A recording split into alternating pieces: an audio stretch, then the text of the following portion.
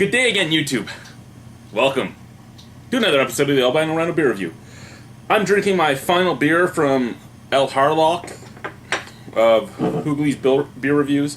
It's Alexander Keith's Tartan Ale, 6.1% alcohol. When he sent me this, it wasn't available in Ontario. There wasn't really a plan to release it here. And then about 2 weeks after he sent it, it started being able to be bought here. I've had it for a little while sitting around. I should have drank it earlier, but I just never got around to it. It's a tartan on it. The can is, you know, Scottish tartan colors. It's all the plaid and everything. It says on the back here, this Brewmaster's limited release of Tartan Ale was inspired by the Scottish heritage of Alexander Keith himself. With its warm amber hues and complex aromas, this Scottish-style ale is a full-bodied taste with a slightly smoky finish. We hope you enjoy it on behalf of everyone at Alexander Keith's. Now, I like Scotch ales, I like Scottish ales. If this is a better representation of a Scottish ale than the IPA is from them, of an IPA, then I'll probably like it. He said he thought I'd like it, that's why he sent it. So let's give it a shot. I got my Alexander Keith's pint glass out. The fine beers one, not the IPA one, which I just want to smash against the wall every time I see India Pale Ale written on it.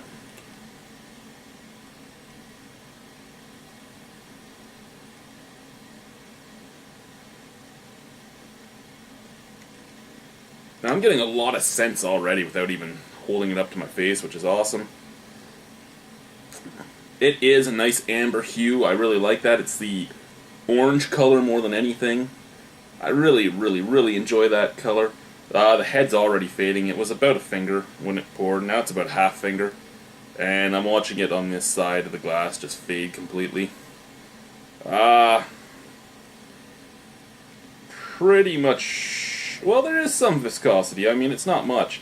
Breaks away pretty quickly, but it still sticks for a second or so. It's quite complex. You get a lot of sweet malt. You get a lot of yeast. It's like bready setting yeast. You get a lot of...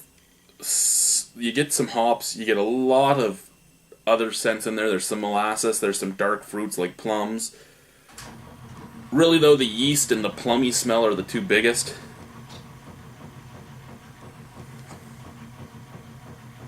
It is, by far, the most complex smelling macro I've had in a long time. What's this beer taste like? I'm really excited right now. The color's great. The smell is pretty good. Sure, the head wasn't all that good, but hey, I can live with that.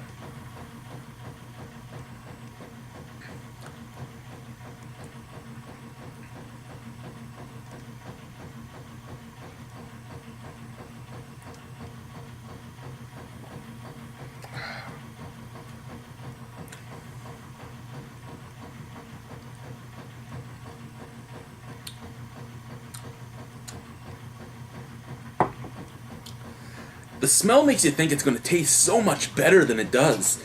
I was really excited at first. I took that first sip. I thought, you know, I might be wrong, so I took a second sip. But it really isn't that tasty. I'll give it that it hits the Scottish ale style better than Alexander Keith's hits the India Pale Ale style. But it's still just a cheap representation. A gimmick.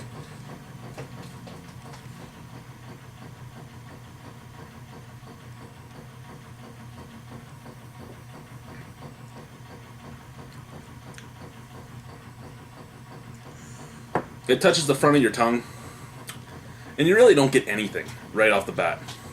As it crosses your tongue, you get that bready yeastiness.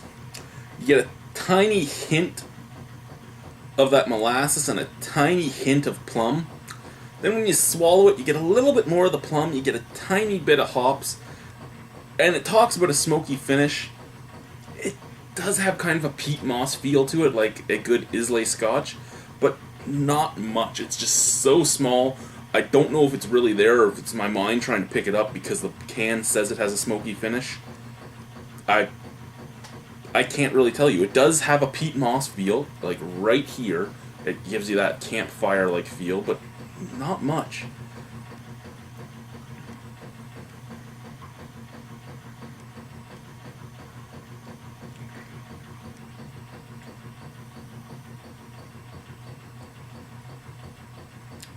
The alcohol taste is there too. The more I'm drinking it, the more I'm getting it.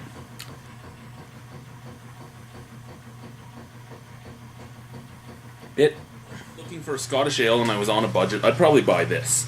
I mean, it's going to be cheaper than a craft brewed Scottish ale. It's going to be easier to find because a craft brew, you're going to have to find it in a city close to where the brewery is. I mean, most of them don't have them everywhere around Ontario. And it does hit the style. It just hits it poorly. As a beer itself, it's very easy drinking. It's very smooth. I can't say it's soft because it is crisp. You don't see many bubbles in there. It's not like a whirlwind or anything, but it's crisp on your tongue. Together, you're looking at like a 5.25 out of 10 is what I'd give this if you were going to mix my two ratings together. So, thank you for watching the Albino Rhino beer review. Good beer drinking to all of you. It's not a bad beer to try. Probably won't be something I really drink again. But anyway.